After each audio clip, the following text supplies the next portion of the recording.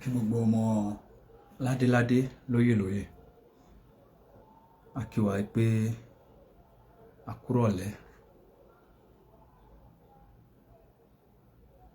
ẹ káalẹ́ ẹ káàárọ̀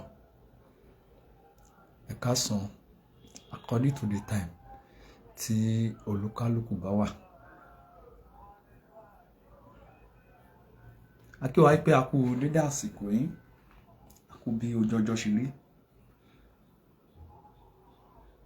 A kí gbogbo ọmọ bíbí ìpínlẹ̀ Ondo State.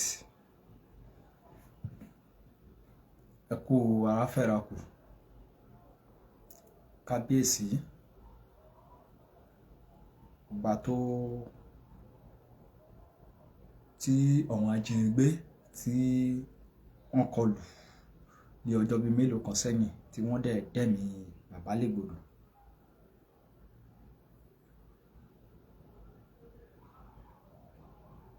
Mo fẹ́ wá rán wa létí nǹkan kan ni o. Tẹ́ bá ń gbọ́ wa ẹ jọ̀ọ́ ẹ bá wa, ó dà pé nǹkan ta connect mọ́ kí ní ó disconnect.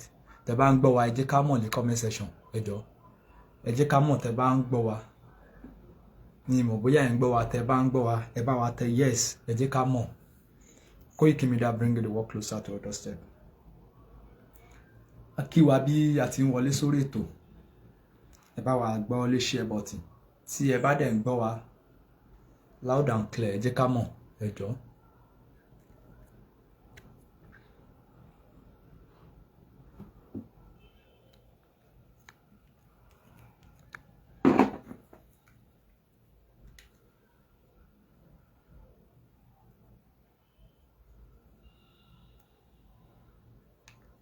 Ẹ jọ̀ọ́ tẹ́ bá ń gbọ́ wa ní comment section ẹ jẹ́ ká mọ̀.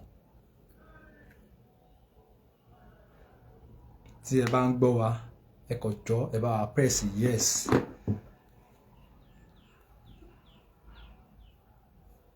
Ẹ kúrọ̀lẹ́ lẹ́ẹ̀kan sí. A kí gbogbo ọmọ káàárọ̀ oòjíire nílé lóko lẹ́yìn odi. A kú dédé àsìkò yìí. A kí gbogbo ọmọ Ondo State. A kú ara fẹ́ra kù. Kábíyèsí ọba tí wọ́n ṣekú pa ní Àkúrẹ́ North.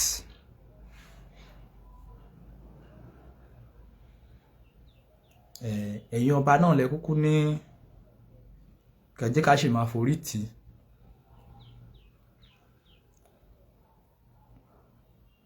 Mo kí bá mi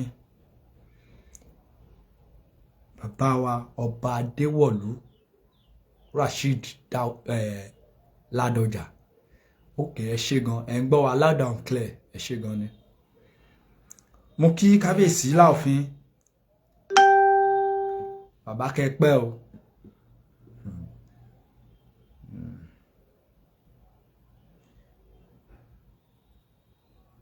A kí bàbá wa Ọ̀ọ̀nìrìṣà ọba Adéyẹyè Ẹnìtàn Ògúnwùsì. Ibi tí olúkálùkù yín tò sí ọba mi Èdùmàrè á san yín lẹ́san ẹ̀. Àṣẹ Èdùmàrè kò ní ṣaláì máa san ẹnìkọ̀ọ̀kan yín lẹ́san. Bẹ́ẹ̀ ni èmi tí mò ń sọ̀rọ̀ yìí pàápàá jùlọ gbogbo ọmọ káàárọ̀ oòjíire nílé lóko lẹ́yìn odi. Ipa tí olúkálùkù kó nínú ìrìn àjò yìí ọba mi Èdùmàrè á san fún olúkálùkù.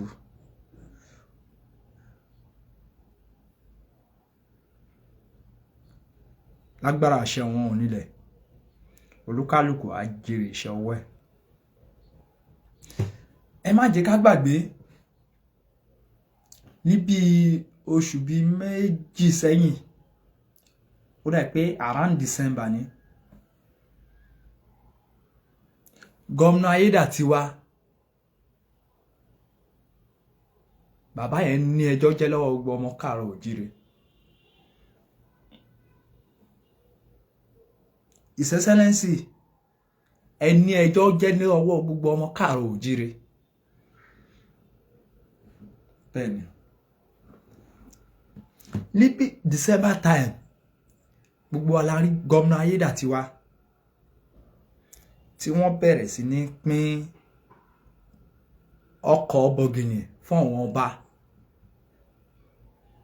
Kí ló fà á tí gómìnà Ayédàtiwa ò lè pèsè ààbò sí ìpínlẹ̀ Ondo tó ń pín mọ́tò fún àwọn ọba? Kò lè ordinary ojú ọ̀nà gómìnà Ayédàtiwa ò lè produce the most worst governor in the history of Yoruba land. Go and confirm it.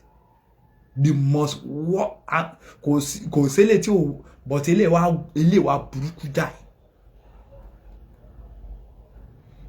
Lọ́jọ́ kìíní àná mo rántí tí former governor of Ondo State, Governor Rotimi Akeredolu, nígbà tí à ń ṣe òkú bàbá yẹn, Ayédàtiwa ó jáde síta ó sọ̀rọ̀, ó lóun máa gùn lé iṣẹ́ tí ọ̀gá òun ṣe kalẹ̀. Ìbéèrè mi wá ní lọ́wọ́ His Excellency gómìnà Orimisan Ayédàtiwa, jẹ́ ìgùnlé iṣẹ́ náà. Mo sọ fún ọmọ Ondo State kan nígbà tẹ́ ń pín mọ́tò fún àwọn ọba táwọn kan ń dunnú tó ń ṣe. Mo ní insecurity wà ńbẹ̀, gómìnà Ayédàtiwa kò ná owó sí. Fún àwa tí à ń blame President Bola Ahmed Tinubu, a gbọ́dọ̀ máa blame wọn náà o. Mi ò sọ pé ká má blame wọn o. Ṣùgbọ́n fún àwa tó jẹ́ pé ọ̀rọ̀ tí wọ́n nìkan lẹ́ fi lé ẹnu. Ǹjẹ́ àwọn gómìnà ṣé president náà láwá represent Ondo State? Mi ò ní lọ fà lórí yẹn nítorí pé mi ò ń ṣe ara wọn, ṣùgbọ́n ẹja bira wa.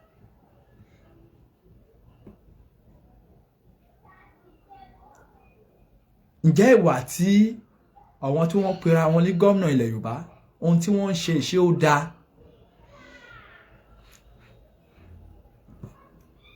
Ordinary lè pèsè ètò ààbò fún ará ìlú.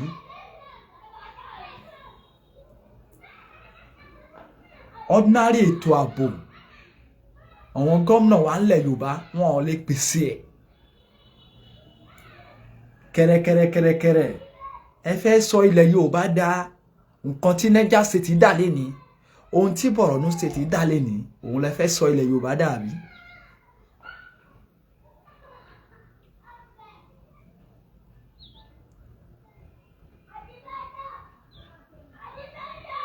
Ẹ̀yin ọmọ Ondo State náà tí wọ́n ń lò yín láti máa fi ń ṣe òṣèlú, àríbẹ́ ṣe ń para yín láti bí ọjọ́ bíi mélòó kan. Ẹ continue, ẹ ti para yín tó. Èmi ò ní never advice yín pé kẹ́ má para yín. Ẹ para yín, ẹ dúra yín gan lọ́rùn. Kò ní dá fún gbogbo yín tẹ́ bá stop ẹ̀, tẹ́ bá stop ìjà tẹ́ ń jà lọ yẹn. Kò ní yẹ gbogbo yín. Mo ní kò ní yẹ gbogbo yín tẹ́ ń jà lé Ondo State. Mo ní kò ní yẹ gbogbo yín. Ẹ continue. Fúlàní ó ń wọlé tọ̀ yín lẹ́yọ kọ̀ọ̀kan, ó ń pa yín. Ẹ lè defend ara yín. Bọ̀ ńgbà tí ó di pé ọ̀rọ̀ òṣèlú ṣẹlẹ̀, ẹ̀ ń ṣára yín kiri.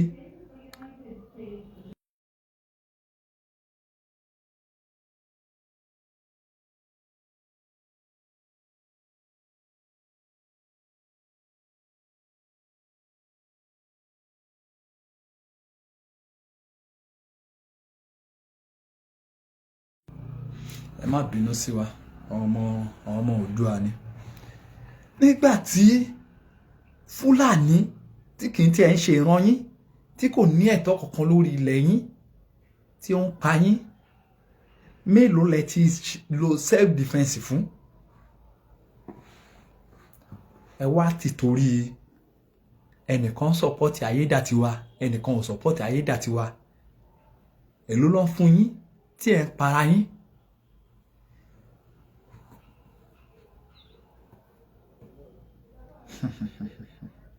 Abẹ́sẹ̀ Olódùmarè.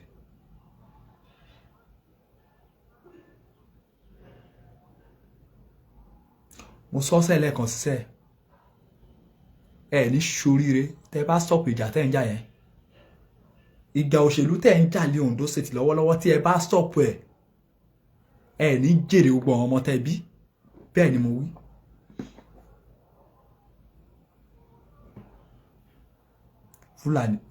Fúlàní ń pa everybody.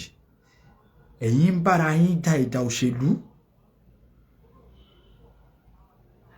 Ẹ̀ ń bára yín jà ìjà òṣèlú.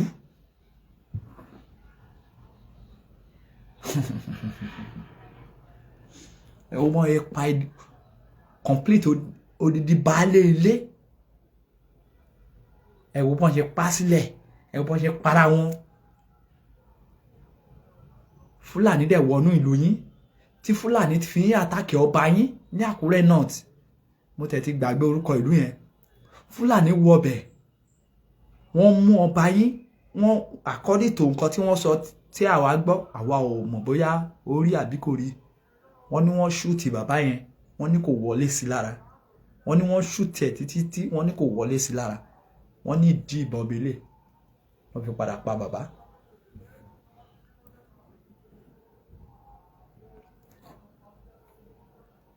Ṣùgbọ́n ẹ lè lo self defence fún ru Fúlàní bẹ́ẹ̀. Ẹ wá ń para yín jà kiri. Ẹ wá ń para yín.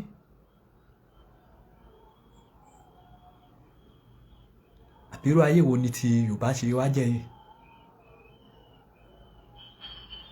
Irú ayé rádaràda wo lè ọ̀pọ̀lọpọ̀ ọmọ Yorùbá gan wá? Irú ayé rádaràda wo ni? Irú ayé rádaràda wo ni ọ̀pọ̀lọpọ̀ yín wá?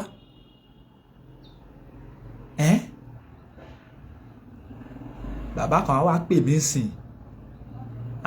A wá ní kí n lọ pa ẹlẹ́ran ara bíi tèmi torí pé òun fẹ́ ṣe second time nípò gómìnà. Èmi náà wá ní bẹ́ẹ̀ ni mo ti gbọ́.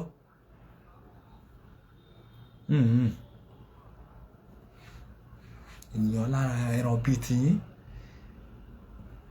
Kí lẹ̀yin gan kí lẹ fi yàtọ̀ sí bandit tó ń pààyàn sìn. Everyday by day sìn.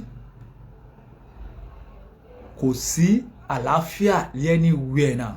Ẹ wo Ìbàdàn everyday by day ló ń kó nǹkan ogun wọlé sí Ìbàdàn sí. Ẹ lọ wo àwọn tó ń ṣẹ̀tún mú láàárọ̀ ìní fresh. Ẹ lọ wo àwọn tó ń ṣẹ̀tún mú lè ní fresh. Ẹ lọ wo nǹkan tó bá lọ́wọ́ wọn. Ṣùgbọ́n ó easy fún ọmọ káàárọ̀ òjíire láti pé tó bá ti da àsìkò òṣèlú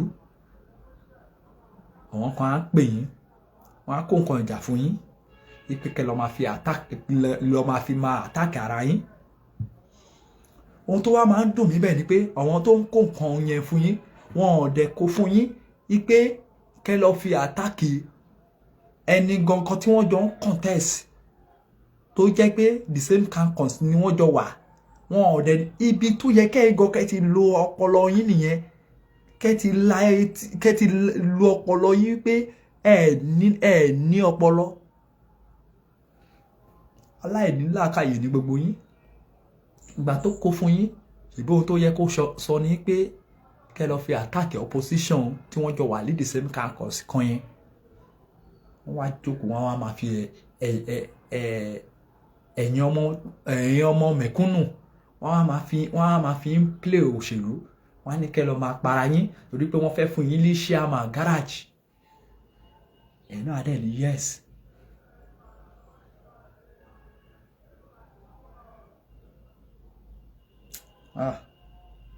Ẹ bá mi gbọ́ lé share button ọwọ́ tí ẹ fi ń tẹ̀ ẹ ní fi gbọ́n lọ sí.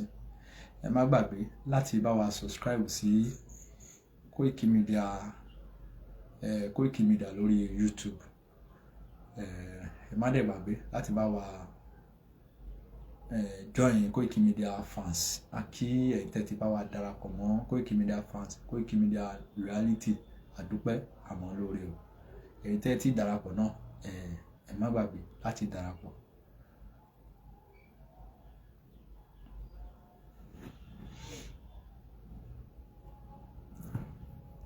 Now ọ̀pọ̀lọpọ̀ ìlú lílẹ̀ Yorùbá lè ní ó ti da kò ṣeé wọ̀ mọ́ òun tẹ́ bá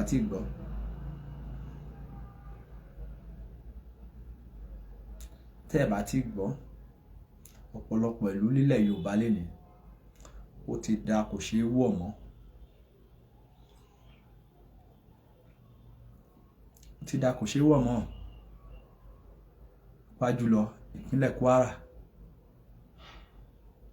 Kwara every day by day every second kò nóye èèyàn tó wà ní àkàtà àwọn ajínigbé Fúlàní ní ìpínlẹ̀ Kwara lọ́wọ́lọ́wọ́ náà kò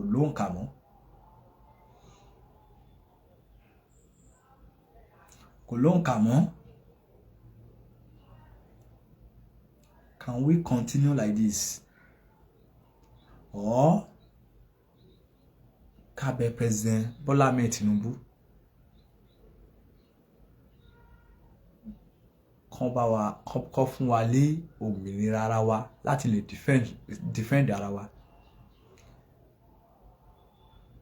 Ohun tèmi ń demand fún náà is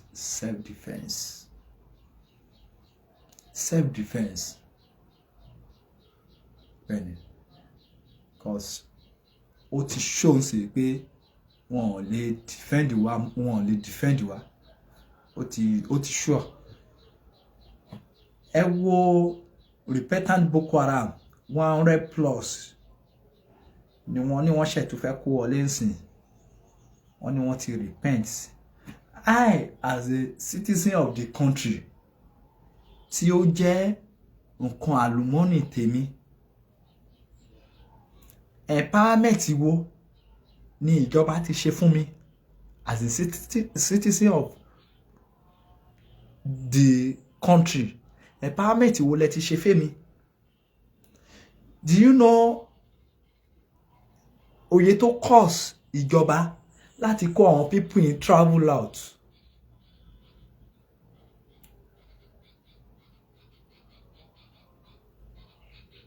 Do you know how much tó cost wọn láti dá wọn padà sí inú orílẹ̀-èdè Nàìjíríà náà?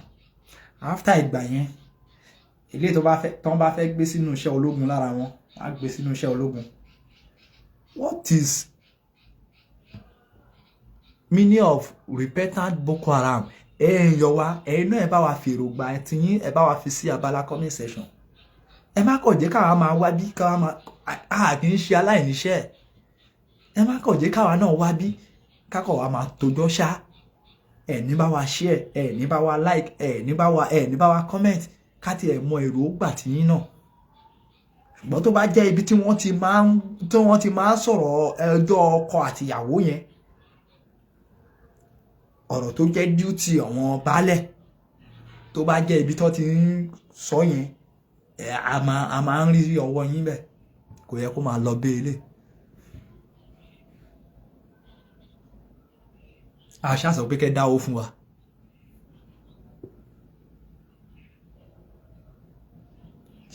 Owó náà làwa náà fi ṣe dátà.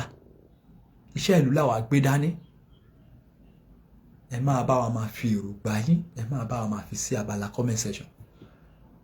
Ẹ máa sọ èròǹgbà tí yín, ẹ má kàn jẹ́ ká máa wá bí ká wá máa tójọ́ dànù. Now, ìbéèrè mi lọ́wọ́ ìjọba ni pé ṣé ẹ̀yin ìjọba ṣé ẹ mọ̀ túmọ̀ repentant mọ́ ni? Èmi ń béèrè ni o bóyá èmi náà ni ò dẹ̀ mọ ìtumọ̀ ẹ̀. Bóyá èmi ni ò mọ ìtumọ̀ ẹ̀.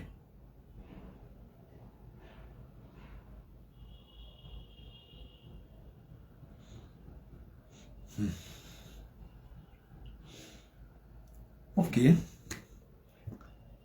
ẹni tó bá wà ẹni Fúlàní sìn tí wọ́n jẹ́ ọmọ àtọ̀húnrìn wá tí wọ́n ń kó bọ̀tì wá tí wọ́n ń ṣe wá bí ó ṣe wù wọ́n the same àwọn yẹn náà lè tún empower àwọn gómìnà wo ló wà lé ìṣàjì ọ̀rọ̀ yìí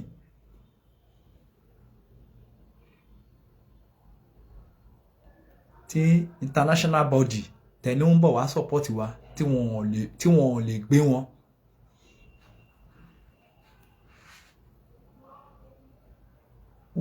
Who are those governors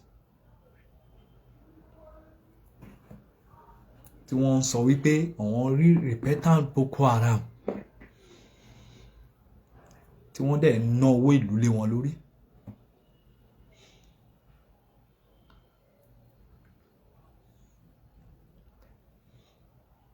Another traditional rulers tó tún jẹlẹ̀ lé Ondo State. Can we continue like this? Can we continue like this? Can we continue like this?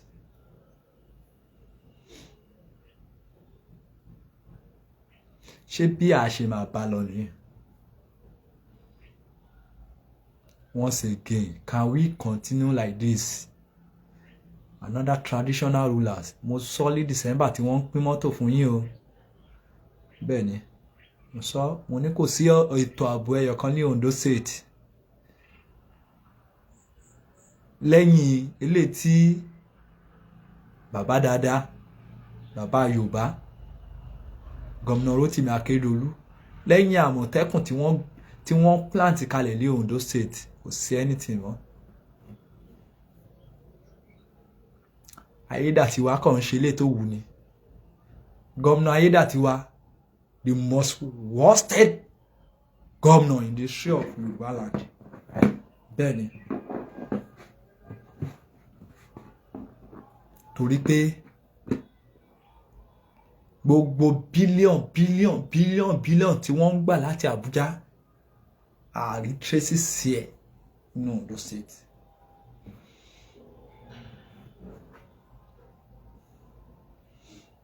Ìgbà tí ó ti wá ń kù díẹ̀ ń sìn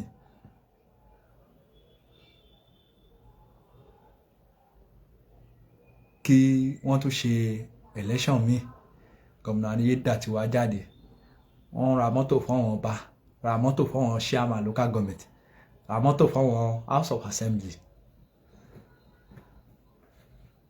Àwọn ọba náà inú wọn dẹ̀ ń dùn, èyí tí ó yẹ kí gbogbo wọn pa ẹnu pọ̀ kí wọ́n reject ẹ̀, ṣùgbọ́n ohun tí ẹ̀yin àgbààgbà kan nílẹ̀ Yorùbá tí ẹ máa jẹ tí ò jẹ́ kẹ́ ṣe kinní kan, èmi ò ní sọ jálẹ̀, ṣùgbọ́n ó ti yé ẹ̀yin tó yẹ kí gbogbo yín reject ẹ̀ wípé no security, kò sí ojú ọ̀nà. Tẹ́ bá lọ sí Ondo State, tí ẹ bá lọ sí Ondo State bí a ṣe ń sọ̀rọ̀ yẹn, ẹ kà ní Ondo State, ìlú tó náwó tó yẹn,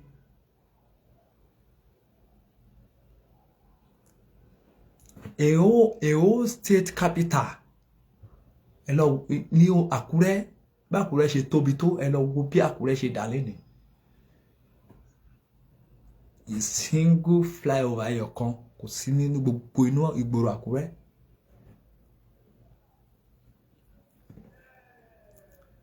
Gómìnà Ayédàtiwa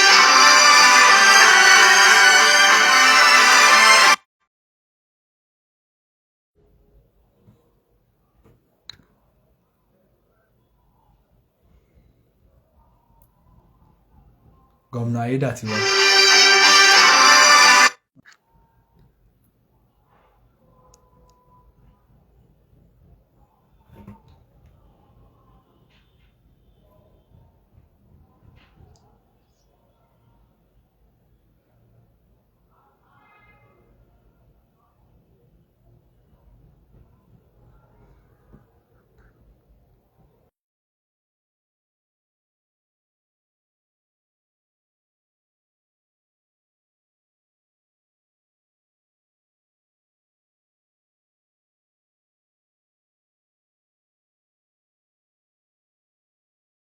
ẹ má bínú sí wa, a ní kọ̀ọ̀kan tó wà important ni, a ní kọ̀ọ̀kan tó wà important, so I need that return ẹ.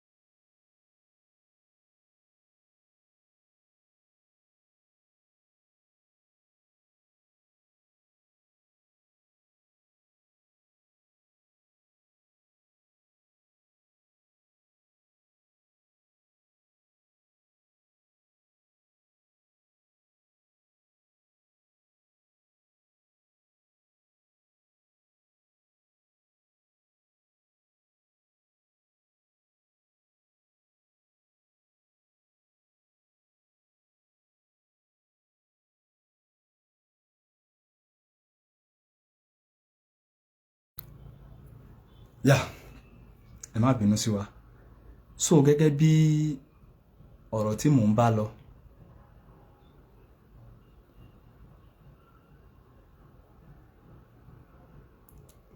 gómìnà Adédàtiwa, a nílò ètò ààbò lé Ondo State. Bẹ́ẹ̀ni, a nílò ètò ààbò lé ìpínlẹ̀ Ondo.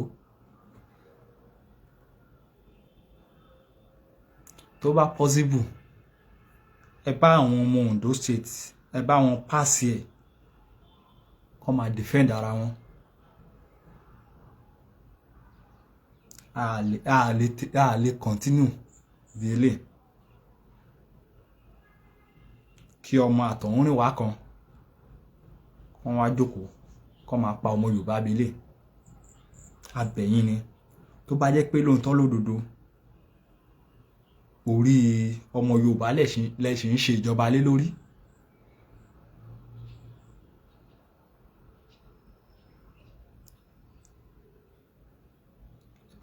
ẹ bá wa lo owó Ondo State bó ti tọ́ àti bó ṣe yẹ.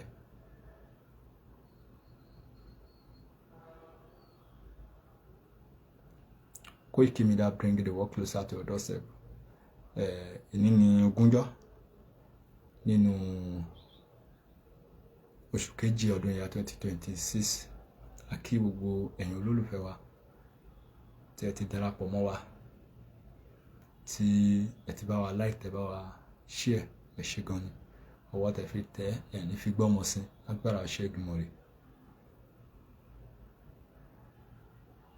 Àní ṣubú dànù, ilẹ̀ Yorùbá ò ní bàjẹ́, àní ló ń gbé sọnù bí ó ṣe bí ọmọ. Gbogbo mọ̀ọ́rú tọ́wọn Fúlàní ń gbé kò ní borí wa o. Àní ṣubú dànù, ẹ ṣeun.